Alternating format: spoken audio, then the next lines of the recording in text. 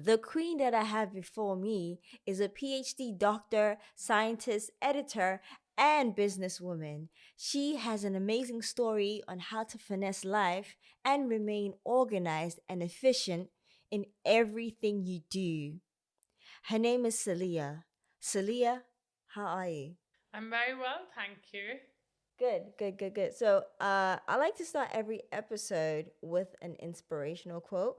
And my quote today is from Grace Beverly. We need to look at self care and productivity as two sides of the same coin because you cannot have one without the other. You cannot expect to be productive and not engage in self care and rest. You cannot expect to do self care and also not engage in productivity.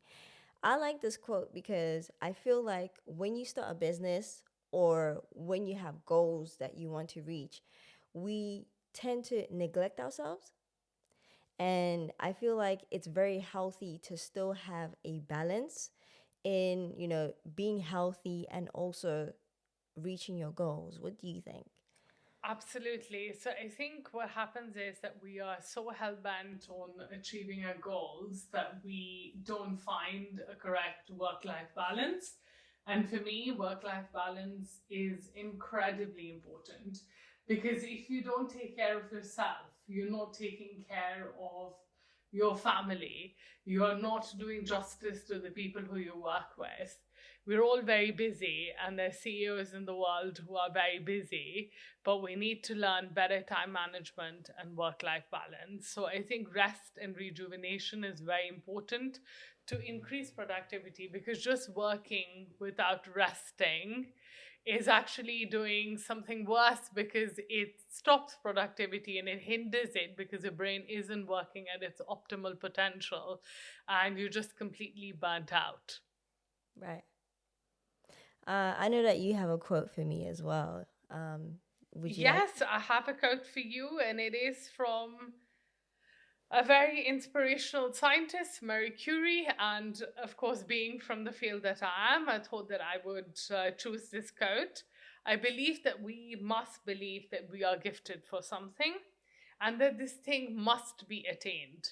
Too many people in life just meander away and they keep spending like life without realizing that our time is limited. We must leave a legacy, be it personal or professional, so people remember you in a good way. You have a finite amount of time, so I think you should just use it to do what you like doing. And I think find that one thing which is really your niche, your forte, and then run with it. Yeah, I love that. I know that you are somebody who is multifaceted. How do you make time for so many roles? Like, how do you do it? I think the key is really to planning your day well. So, for example, I start very early in the morning every day. I start at 5 a.m. until 9 o'clock. I am doing something or the other. So, I have like my life compartmentalized, like when I'm going to focus on work, when I'm going to focus on self-care, when I'm going to focus on family, chores, friends, because I believe relationships are very important in life and probably the most important thing we have to invest in. Be they, work relationships, be they personal relationships, they're incredibly important. Um, so I think if you have your life very well compartmentalized, you know exactly from what time to what time you're going to do something, and then you have 3 hours to finish a particular task. And I literally write down a diary every day to say that these are my total number of tasks I need to do. This is from what time to what time I'm going to do them. And I know you're going to be watching this podcast on YouTube, and I mean, it's amazing to be on social media, but please don't waste your time by just looking at random things because we have certain things to achieve in a day, and those must be done. There's nothing wrong with relaxing and surfing the internet and everything, but it must be done in moderation, just like everything else. Okay, so what do you think are the challenges for somebody like you? You're a PhD doctor, you're an editor, you're a businesswoman. Like, what are the challenges? I think the challenges are There are quite a few different challenges. So, first of all, I have personal challenges because I have a health problem. So, I need to, monitor how much I can do, how I can do it, and monitor, my rest in that. Then there are logistical problems because my factory is based in Pakistan. So, there are challenges around how to get stuff from Pakistan to England, how to deal with I'm a silent partner in the business, but still how to deal with the larger challenges of how to plan the year. What clientele we're going to focus on, like, the sort of big business decisions, because the everyday business decisions are left to my manager and my partner. I think it's also switching from a very regimented daytime job into doing something more creative and thinking more about economics and cost effectiveness and creativity and stuff like that. So it's very challenging. And I think the other challenge is to actually traverse two completely different worlds, because I'm dealing with people who are Asian from a completely different background, and like have a different understanding and perspective of the world, because even my workers in my factory have different everyday challenges to what you would face in England.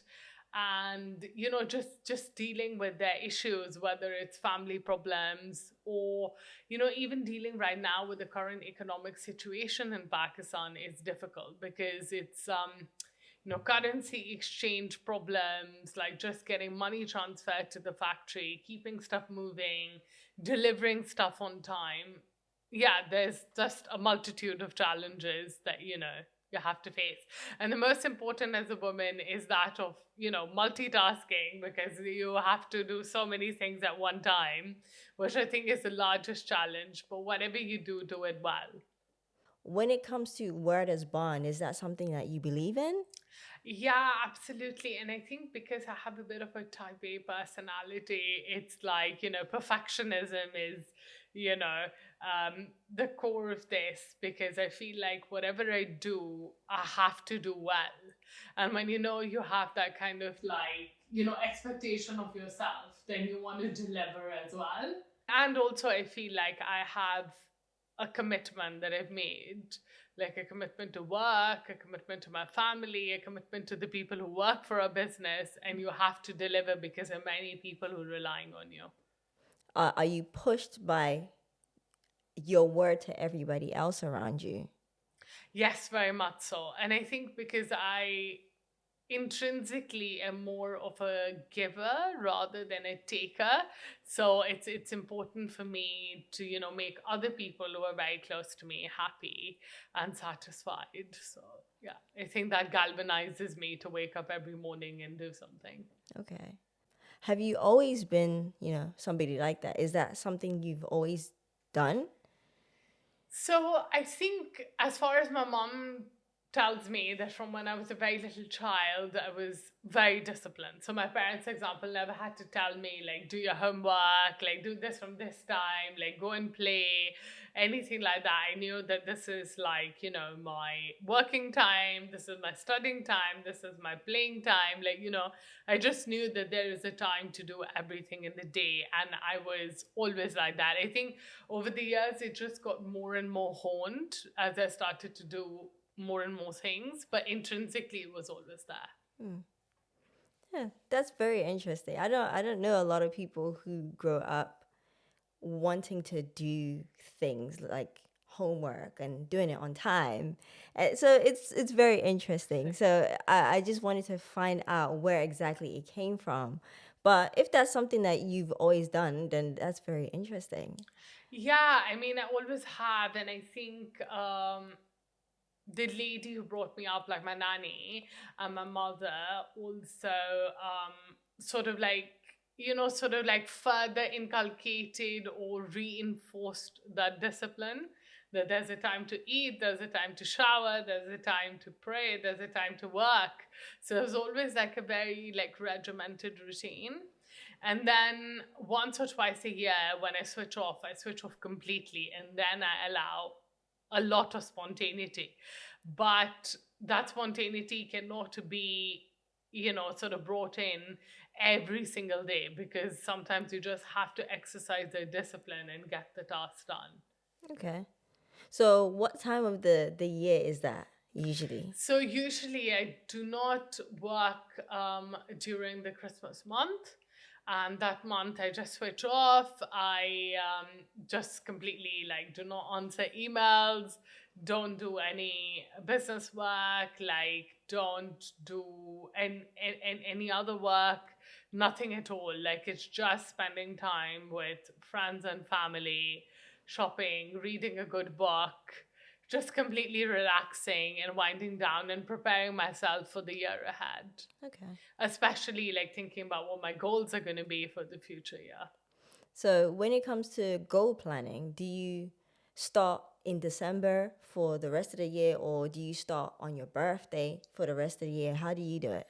So actually, my birthday does fall in December. Oh, So yeah, actually, what I do is that in the last week of the year, I kind of like introspect a lot. Like, what have I achieved this year? What could I have done better?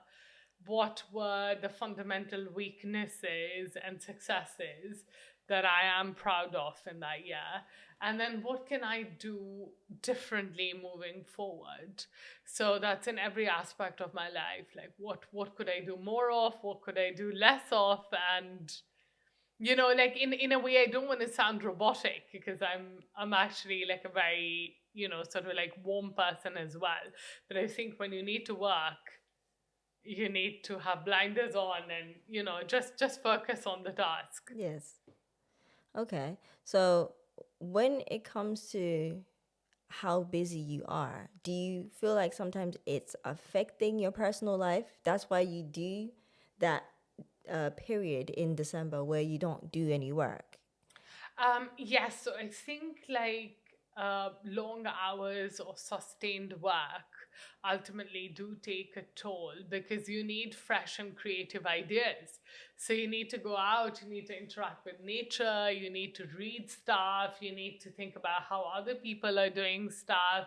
You need to, meet friends, family. You need to wind down, because that brings the essential creativity that you need for the future year, because otherwise you're just doing the same things monotonously again and again, and you don't want to do that. You want to have like a full brain bursting with ideas in the new year and think about how you're going to implement them. Some of them will work, some of them won't, but life is like that. You learn more from your failures than you do from your successes, to be honest. Since you spoke about, failures, could you name a specific time where you felt like, oh, I failed or I wasn't good enough, and that propelled you to be a better person?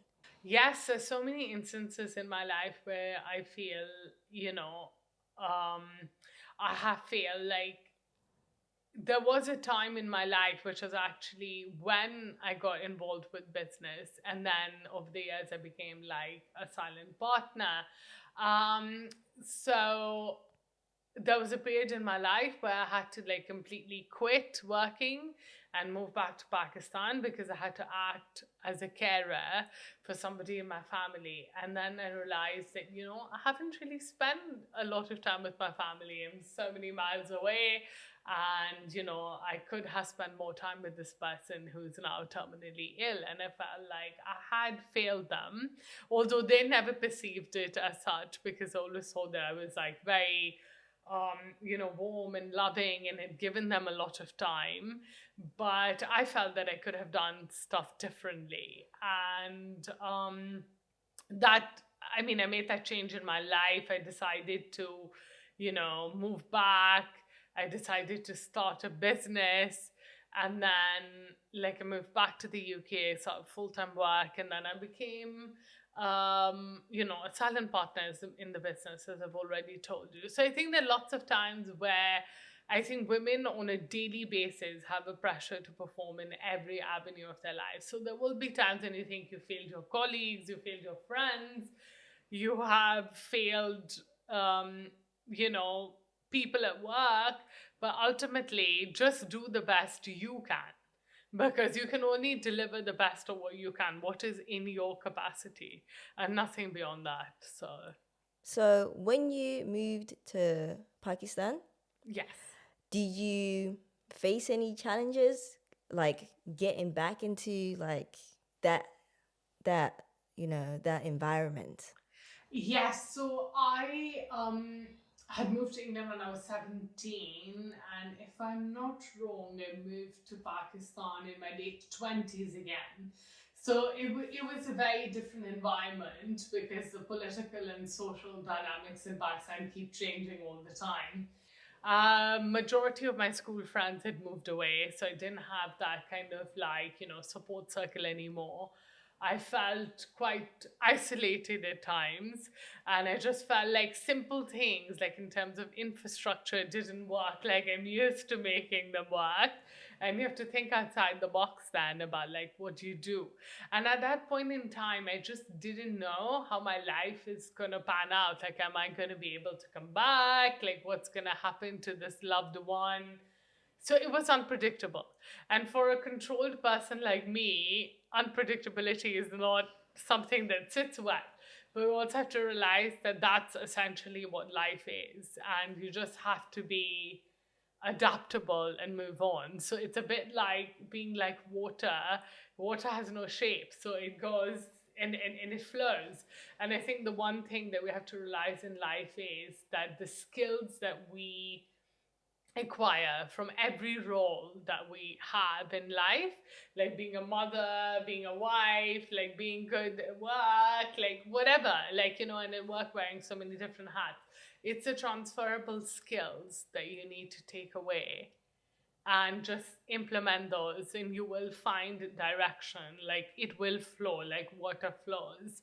If you're good at what you do, ultimately you will figure out a way, you will think of new things to engage in. For somebody who is not organized, could you give them a starter pack on how to get started? Like, what is the first thing? And then maybe give me like four more things. Sure. So I think the first thing you need to do is you need to sit down and assess, like, what have you done? What are the things you're unhappy with? Write down a board, like kind of like a mood board every year of like, this is my happy place, this is what I like doing, this is what I want to achieve. So that fixes solid goals. Then within those solid goals, if you are not very organized, it's like making small changes every day. You could like decide, oh, I want to organize my cupboard, I want to organize my room. Eventually, those things will start manifesting in your life. So I believe in making small changes, and then those small changes will translate to larger ones. And then it'll become habitual. So, like, for example, like I always try to sleep and wake up at the same time. So, like doing little stuff will help you to become more organized. And when you see the changes, you will want to implement them because, you're going to be like, oh, I spent 5 hours doing nothing. And then you're going to have a one day where you, let's say, have done 1 hour or something more productive. And you're going to think to yourself, I've actually achieved this today. And that's going to give you the impetus to go away and do more. And I think so, yeah, it's definitely small changes. Um, write stuff down. Um, like I said, write stuff down about like what your larger goals in life are, what you want to do. Not everybody has a regimented job, you people do creative things that don't have that sort of sort of like regimented framework.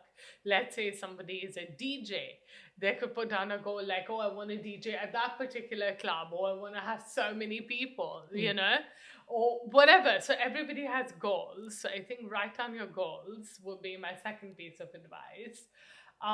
My third piece of advice would be that always the night before, think about what you're going to do the next day. So, not just that it's just a continuum and you're just going to waste life like that. Think about what you're going to do the next day. Planning is important. Um, and then, fourthly, I think like actually maybe even like consulting with a coach. And people have very negative attitudes about going to coaches and counselors, but these people are professionals who can help you to get organized. And I think basically people who are not very organized are generally not organized with everything. So it tends to spill over into different aspects of your life. So maybe try decluttering, for example, and that might help to give you like an organized focus of doing something. And I would say, lastly, join a class, like some kind of class, like become organized in the sense that, okay, so this is my fitness routine. I need to maintain this fitness routine. I need to meditate. So it's not only about, organization at work, it's also organization at home, like meal planning, like, other things like that. So when you start to do those small, small things, then ultimately your whole life will become organized. Yeah. Okay. So you are maybe a believer of, how you do anything is how you do everything. Yes, absolutely. Okay. Because I think, like, even small things like what your desk looks like, what your room looks like, ultimately is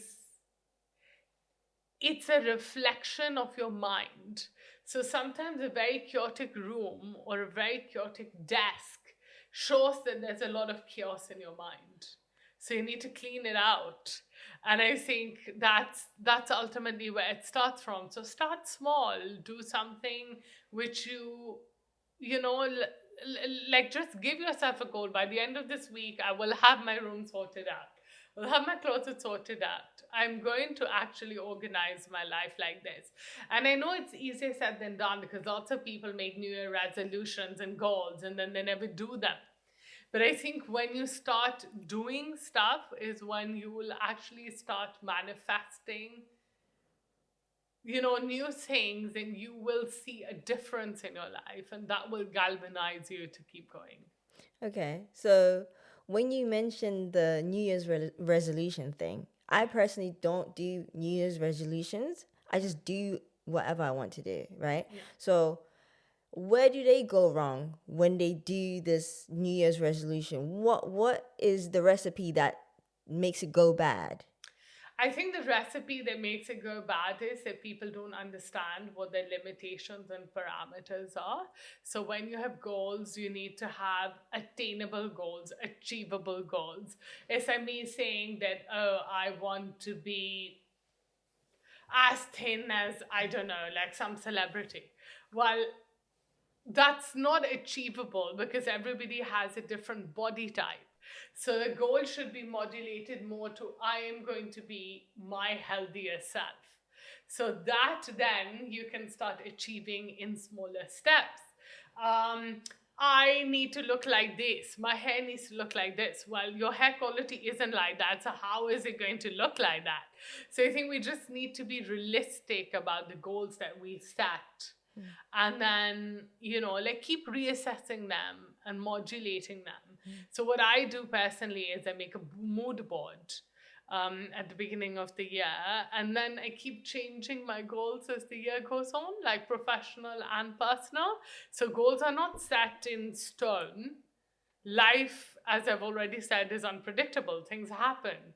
So, you just keep evolving and changing and modulating, but you must have a framework in place. I mean, if you don't have a framework in place, every year is the same, in a way. Like, what are you doing? And life is just like passing by. So, I think it's just good to have something to work towards. When you are, adjusting the goals, how do you do it? Like, is it like every 3 months, or how do you adjust it? So basically, what I do is that I reassess everything every 3 months. And I mean, in my personal case, like I already mentioned, that I do have more physical limitations because of my illness. I think about like what is everything doing in terms of like, what can I do within the parameters or the limitations that I have? And the limitations keep changing. So, yeah, I do reassess everything every 3 months and then just cut out stuff, add stuff, change stuff. But I always have a framework that I work to in the year. Okay, so let's say somebody wants to, okay, work in a specific, I don't know, corporate field or something. How do they plan towards that if they've just come out of uni and they don't know where to start? How would you advise them? So I think the best thing would be, I mean, I've never worked in the corporate sector, but my understanding of every sector is the same. You need to understand that the roles that you are interested in, what kind of skills do they require? Then ask yourself, do I have those skills? If you don't, then, you know, maybe you need to do an internship to like build up those skills. Maybe you need to take a course. And I think these kind of things you can only learn by speaking to people who have already worked in the field, speaking to headhunters, speaking to recruiters about what are the specific things that are required for you to transition to this. The other important thing is that I think people just think about like, jobs as in just work. But it is a holistic whole. What are you bringing to the table that somebody else isn't? The world is very competitive.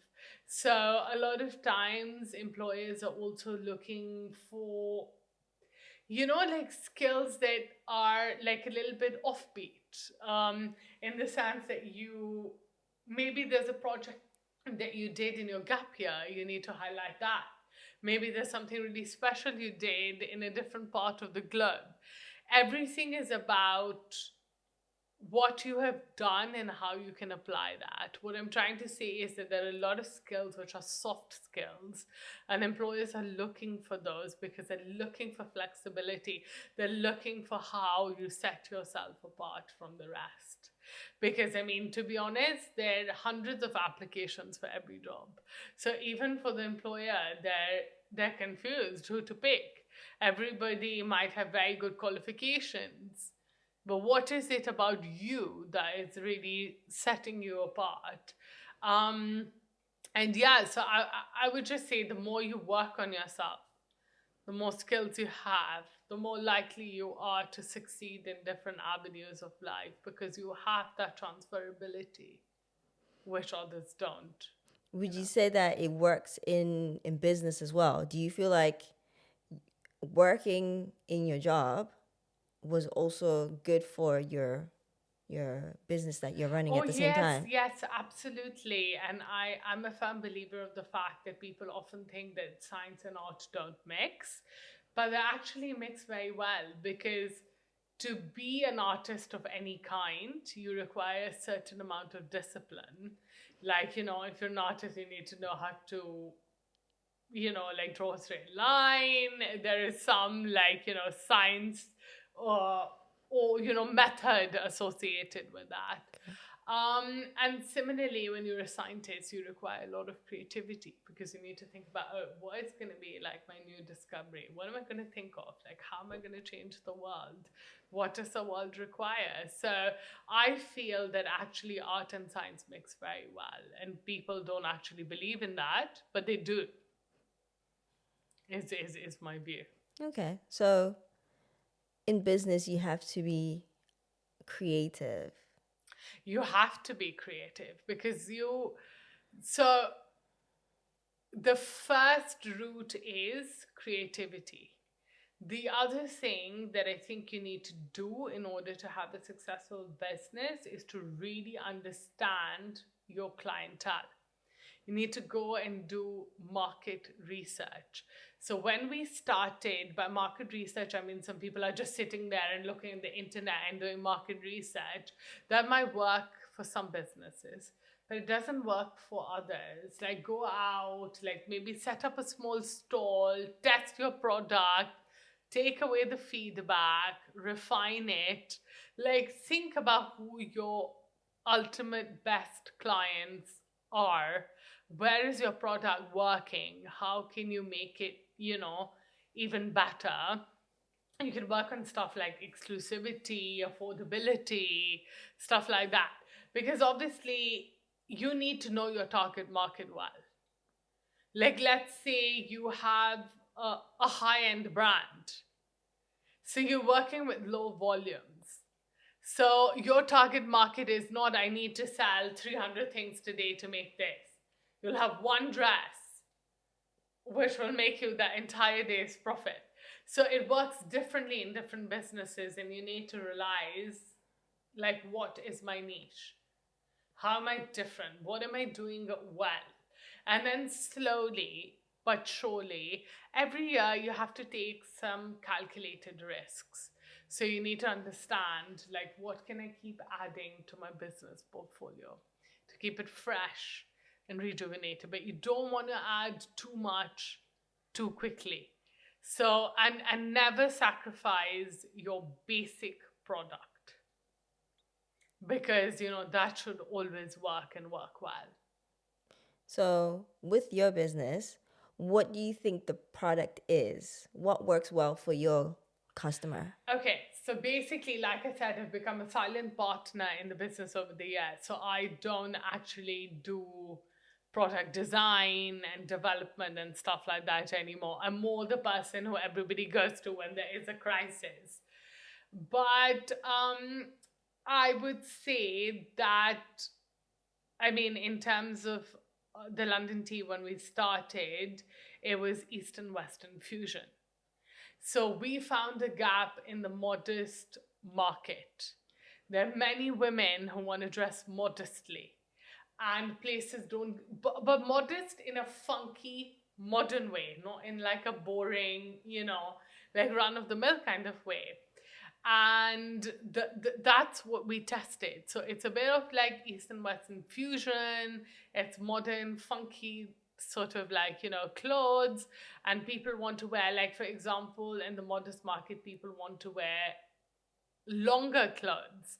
They want to wear longer skirts, yet they want them to be, like funky and well designed. They want full sleeve stuff. They don't want stuff which has cutouts and is sleeveless and whatever. So there is a whole market out there. That's what I'm trying to say, that you need to find your market and then stick with it, because you know that this is what these people will like. For example, when we started the business, there were a lot of people who fed back to us that they don't like animals on their clothes. And then we had like a market who did like animal prints and birds and stuff on their clothes. So we decided to keep them very separate, because we knew who we're designing for in a particular range, and stick to that. And then listen to your customer, basically, is what I'm trying to say, because your customers will feed back to you what they don't and do like. For example, in Pakistan, people wear a lot of pastel shades because it's very hot, and a lot of vibrant colors. But people in England don't necessarily like such vibrant colors, because they need to go to work and they need to keep it more professional. So what I'm trying to say is that just test each of your product ranges in the market, see how people feed back to you, refine the product, and then run with it. Okay. So, when you find out from your customer, is it like through just them talking to you in person, or is it online, or is it like via email? Like, how does that work? So we have many different forms of feedback. I mean, I don't receive any feedback anymore, but I remember in the day that when I used to do it, then there were basically four modes of feedback. One is the client directly feeding back to you, because the business also does a bespoke range. So, like where every customer says, oh, these are the colors I want, this is my shape, this is exactly what I want, these are my requirements. So within that, there's always a conversation to be had about, what they liked and what they didn't like, and, what can be improved on. We also welcome email feedback. We welcome social media feedback. And at each of the really large exhibitions we used to do at that time, I always used to have a feedback form with like comments and an overall rating. And then we would take that away and, like, think about what is good, what isn't. But always have a product which, your product has to sell itself. So, like, even if you're a very good salesperson, ultimately people will see through the fact that your product is not good. So, basically, intrinsically, your product needs to be good. Okay. All right. So I wanted to ask you more about, women in careers. Or Hmm. yeah, so women who are career focused, right? Hmm. So I wanted to know your views on women working. Do you feel like women, well, do you feel the pressure to perform as a woman and then also at the same time uh, meet the standards that society is putting out for women? Yes, so I think being a woman is in itself quite challenging because you have to live within certain frameworks. We have society as a whole has a particular pressure with women, but within that we have smaller societies, like, do you belong to an African society, do you belong to an Asian society? Each society comes with its own pressures. And I think ultimately, I think the first thing that we should clarify is that a woman should have the right to work or not to work. So I don't judge anybody, like, if they don't want to work, I don't have a problem with that at all. Women who do want to work, I just feel like women who do want to work and then are prevented from working is what I have an issue with. They're prevented from expressing themselves. um but otherwise, and I have no such, sort of um things, where people say, oh, a working woman is a better woman than a woman who's not working. A working mother is better than, a stay-at-home mother is better than a working mother. I don't believe in any of this. Everybody's situation is unique. Every woman is unique. Every family is unique. Her circumstances are unique, and she has to make it work the best within that.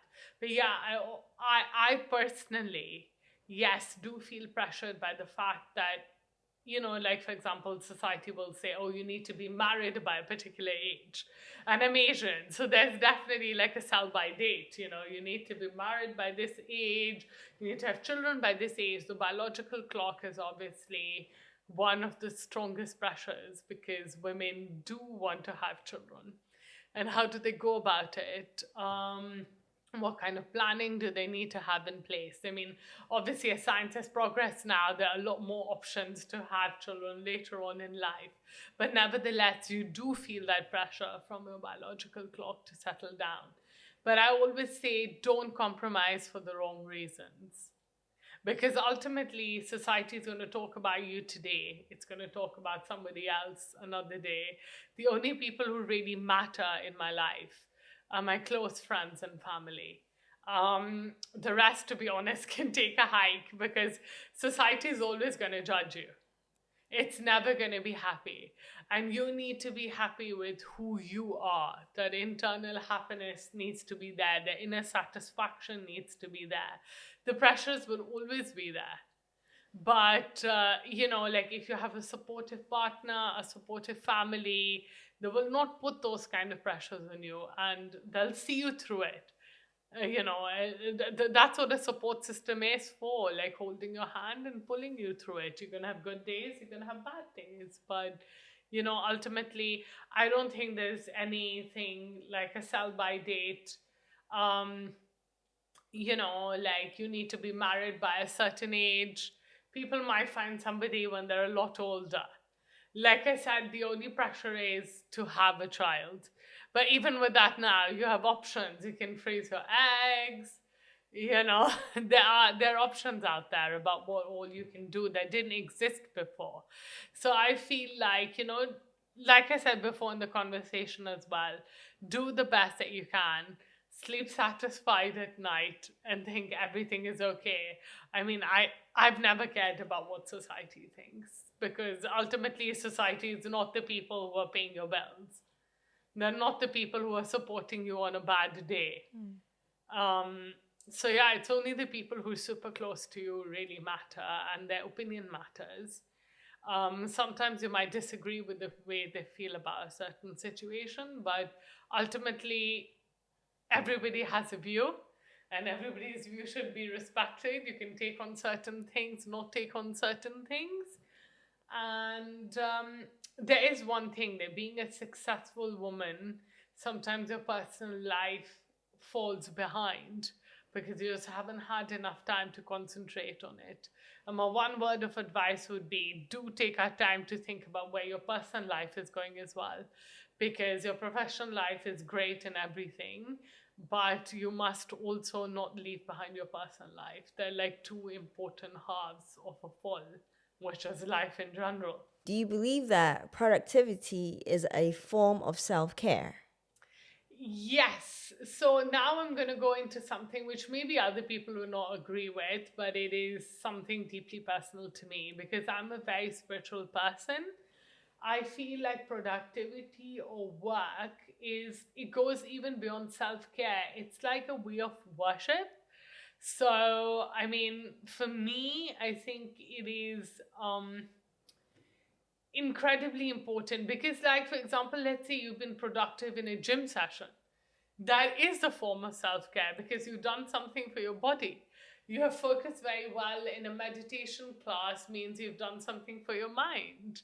So, let's say you've prayed very well in a day, you've done something for your soul. You've done an act of service and given something to society, and you've given something back. That productivity is also, in a charitable act, a way of self care because it's going to give you happiness and satisfaction.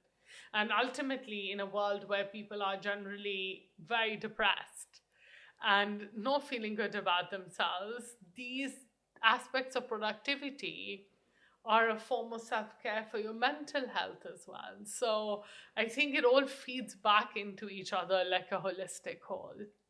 Would you give me like an example of like the meditation? Yes. So basically, what I do, for example, is that I have like a meditation class every Monday evening because it helps me like focus on the rest of the week. So I go to a class with other women who have similar or different pressures in life. Some of them are much older than me, so their life is at a different junction. They're doing it for another reason, but ultimately everybody has come there to like focus on their week, to relax, to think outside the box, to reconnect with their inner self. Because I think there's so much noise externally that people are not reconnecting with their inner selves. And so the meditation angle is important for that, whether it's prayer, whether it's meditation, whether it's going for a walk, anything where you can spend a bit of time with yourself away from the noise of the external world, I think is important. So, in your opinion, Yes. what habits do you feel are required to have a successful career or just to be just successful, whatever success means to you?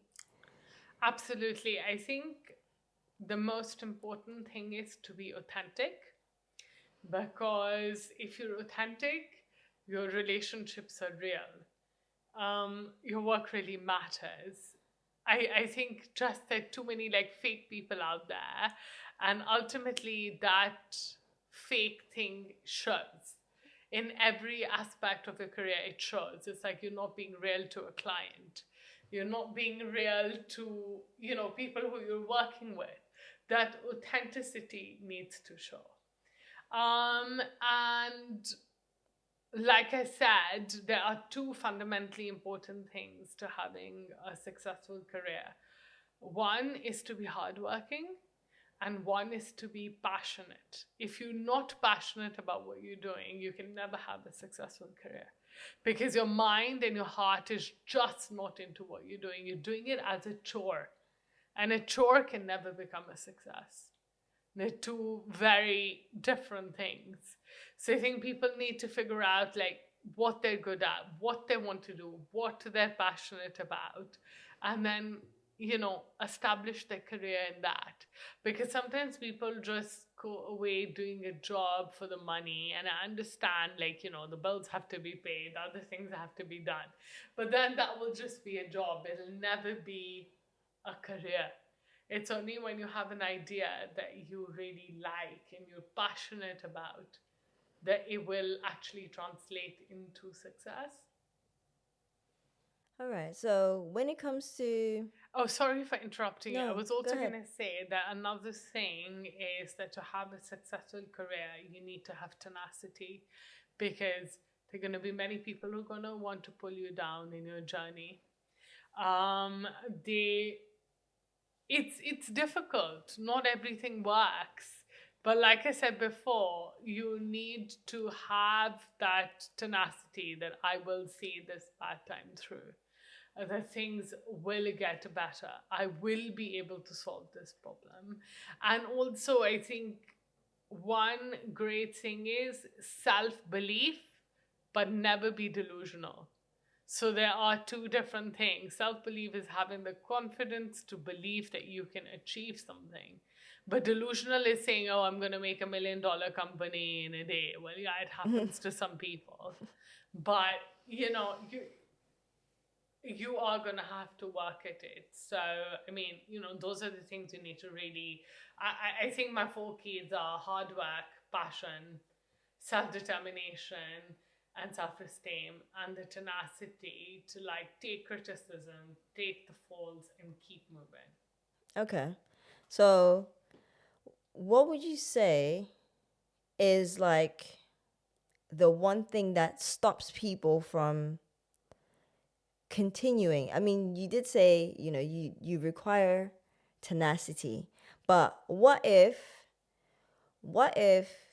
what you're doing, you've been doing something for a long time and you've seen it work for other people, but it's not working for you. So how do you know? How do you decipher if it's actually self-belief or if it's delusion? I think you can get cues about that. For example, if your colleagues and your manager are like constantly unhappy with you, your business isn't working, it's not generating the profits required, it's not going anywhere. I think you can figure out when it is self determination and when it's just basically delusion. And I think I always say that, like, when it doesn't work, cut your losses, get out of that situation. There's going to be something better around the corner. There always is. And I think you just have to have that belief that something which is good for your skill set, which you want to do, will be around the corner. Okay. So what if you are good at a skill, but you don't like doing it? Because some people have that where like they're very good at maybe somebody who is very good at speaking to people, but they identify themselves as an introvert. How and people tell them, hey, you should be a public speaker, you should do this, you should do that, but it's like I don't personally like doing that, but people think I'm really good at this. Well, there are two things with that. One is that when that kind of like contradiction happens, that people are telling you something and you believe in something else, I think there's an intrinsic fear by where you don't want to push your boundaries. And fears are generally what hold people back. So you could do one thing that you could try it out. And the first time, you smash it, you will want to do it, I think. That's one approach. The other approach is that no one ever has just one skill. There are a lot of different skills. So think about what could be a hobby. What skill could be a business? What skill could make for like a career that you value and you cherish? it's different. For example, I have some friends, for example, who are very good at doing interior decoration, but don't want to become interior decorators because they have other skill sets they want to focus on. So there'll never be just that one skill. There will be other ones as well. But if you want to make that skill, like, you know, you want to use it like a proper career, then you have to surmount that fear. That fear has to be broken. And I think many times when people say, oh, they're introverts and they're extroverts and this, that, the other, I don't believe in that, because I believe within every extrovert, there is an introvert. You like to spend time with yourself. Within every introvert, when they really challenge themselves, there is an extrovert as well. So it's just that fear that is holding you back from getting to that point. Okay. I didn't think about that. Yeah, I feel that because like I am naturally quite an extroverted person. But COVID made me realize that I actually love spending time with myself as well. So I just need to work more on, on doing that as well. I need my me time. I need my, quiet time. And every person has an introvert or an extrovert in them. I mean, yes, predominantly you could be one or the other, but ultimately you do. It's like saying, oh, am I right hemisphered in terms of brain or left hemisphered? You're always going to have a predominance of one, but that doesn't mean you don't have the other at all. You do. So at a particular time, you might be able to use that particular part of your brain because you require it for a particular task. And I think humans are amazing at that. Like, we all ultimately do so many different things. And I think now life is becoming more about using those, because first it was very conventional. Also, you studied accounting and hence you're going to be an accountant. The world now is a lot more fluid. So yeah, you have learned those number skills. How could you use them in maybe something else?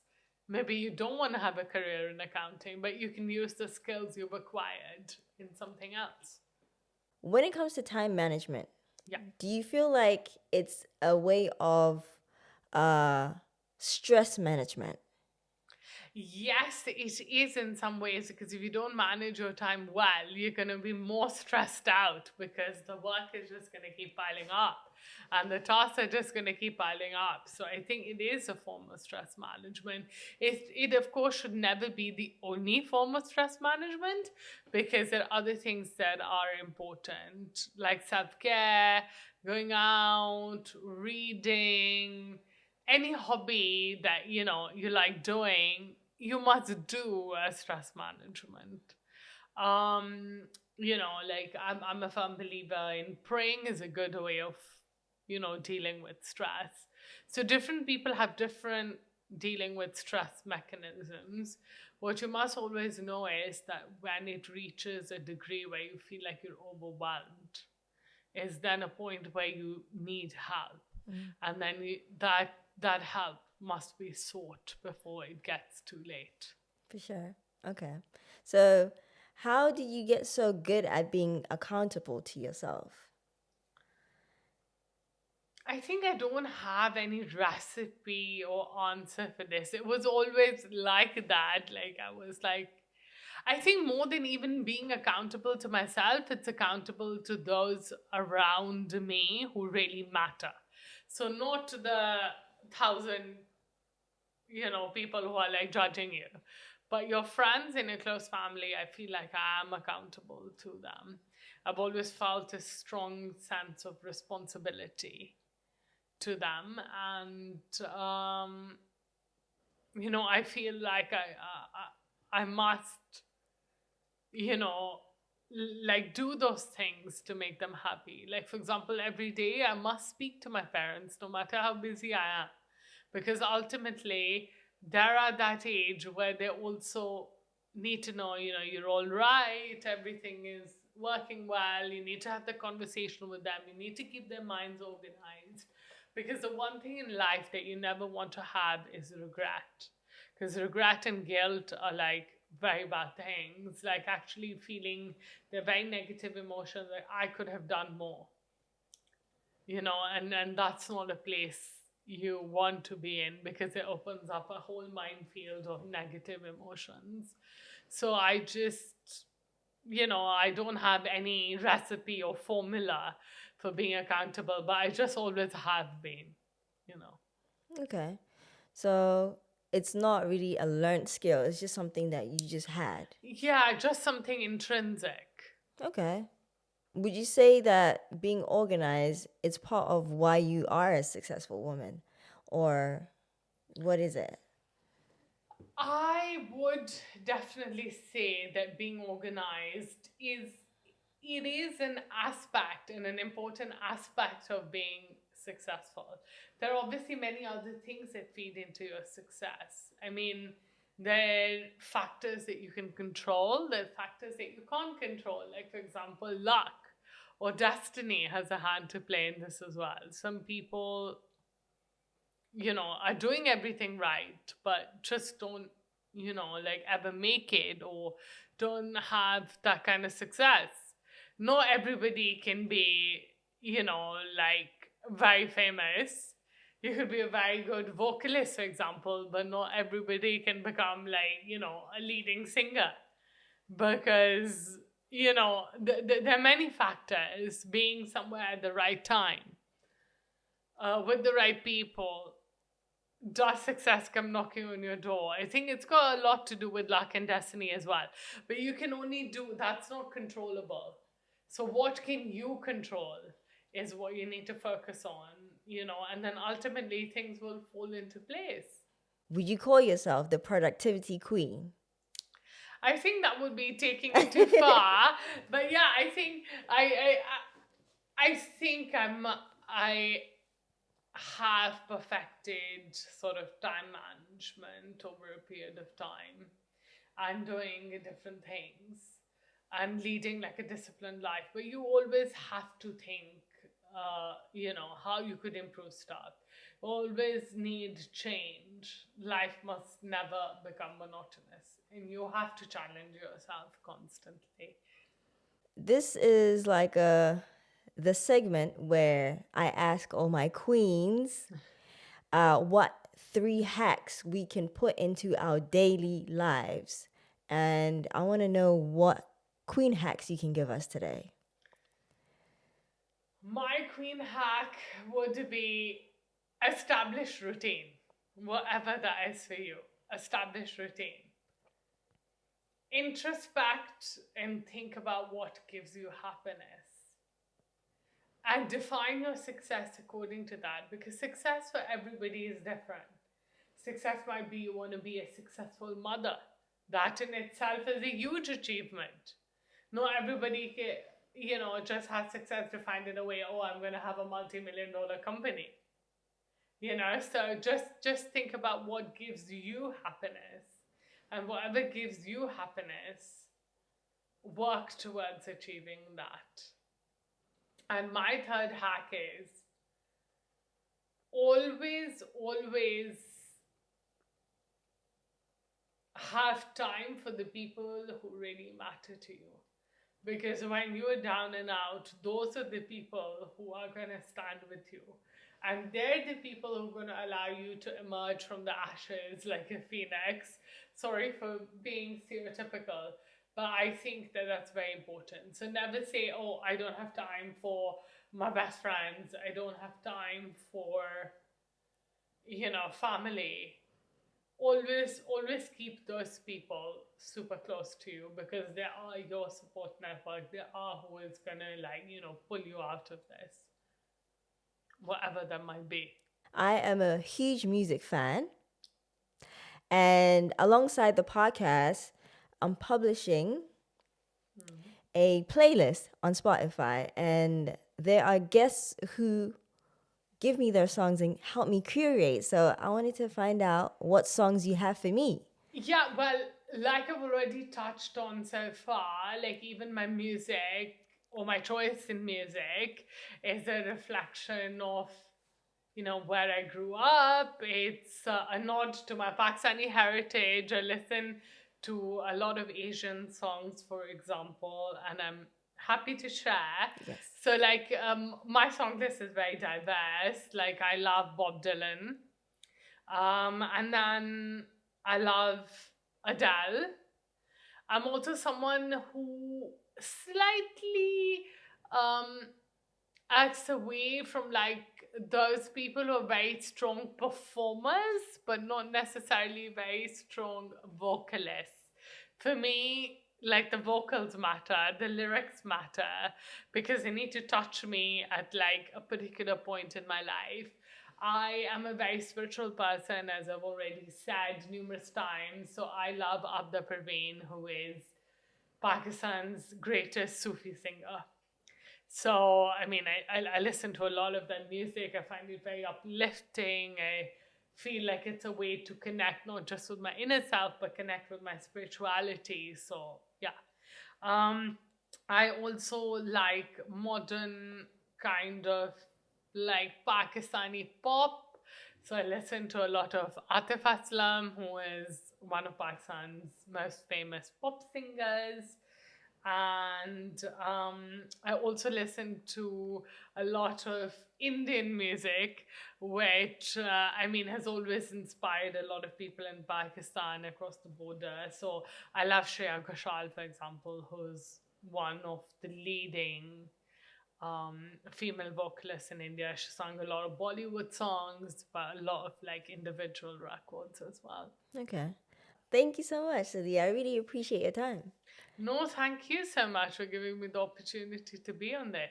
Yeah, no, thank you so much. Like, I'm going to definitely take a couple hacks from you, and I'm gonna definitely use them in my daily routine. That would be great. I'm happy to be of help if anybody would, take inspiration and like, even one small change in their life. And I feel like they might have done that because they heard me, makes this all worthwhile. Yes, thank you so much. You have been watching the Modern Queen Handbook podcast. If you liked what you heard and saw, feel free to leave us a review on any platform that you are on. And if you're on YouTube, feel free to leave us a subscribe down below, of course, and get into the chat as well. I love talking to everybody. And let me know what hacks you're taking home and what you got from this episode. Until then, I'll see you in the next episode. I've been Bossy, and you've been an amazing queen. I'll see you in the next one. Let's go. Meow.